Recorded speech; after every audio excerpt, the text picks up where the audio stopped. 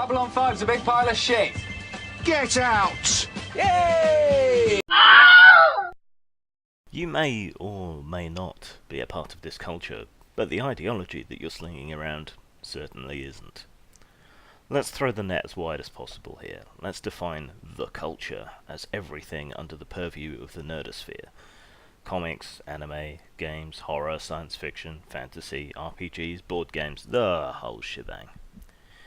Genre has always been a welcoming and open arena into which anyone could come and could express themselves. At least until you guys turned up. Women and minorities were integral, from the adventure fiction of Dumas to the science horror of Mary Shelley. Genre provided a safe haven from which issues of race, gender, sexuality and so forth could nibble at the edges of society and challenge the status quo. Star Trek in particular had a great deal to say on matters of race and the promotion of a utopian humanism that many people still aspire to.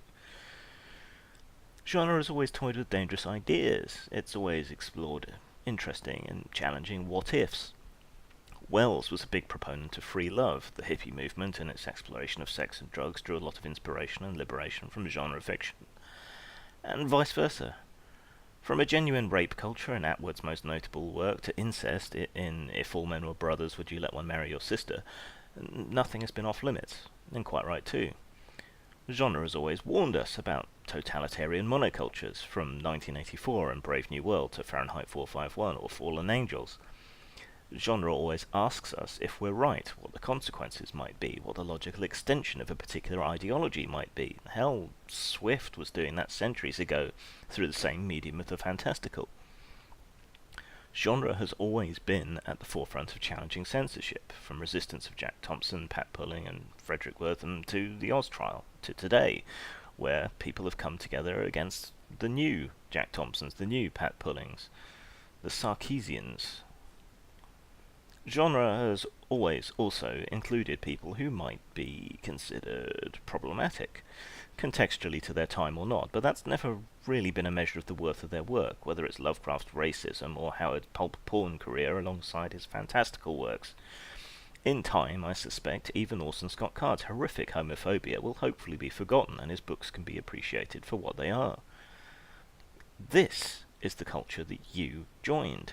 A wild, open-minded one, where people fight over whether Red Sonja or Conan would win, rather than over politics. One where all ideas were welcome to be examined, where discussion and dissent was accepted and welcome. Where people loved to tweak the nose of authority and challenge the status quo. You brought an authoritarian, stultifying status quo here, and in doing so you're threatening the existence of the very culture that welcomed you in and gave you a voice.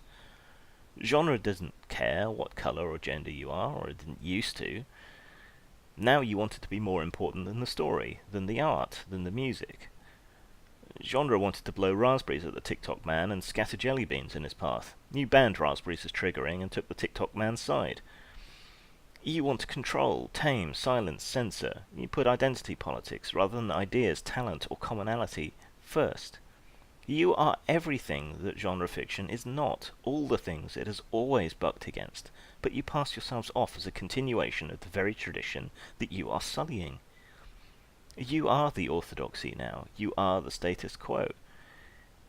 You are the ones censoring and controlling people, casting people out of conventions, banning books, banning applause.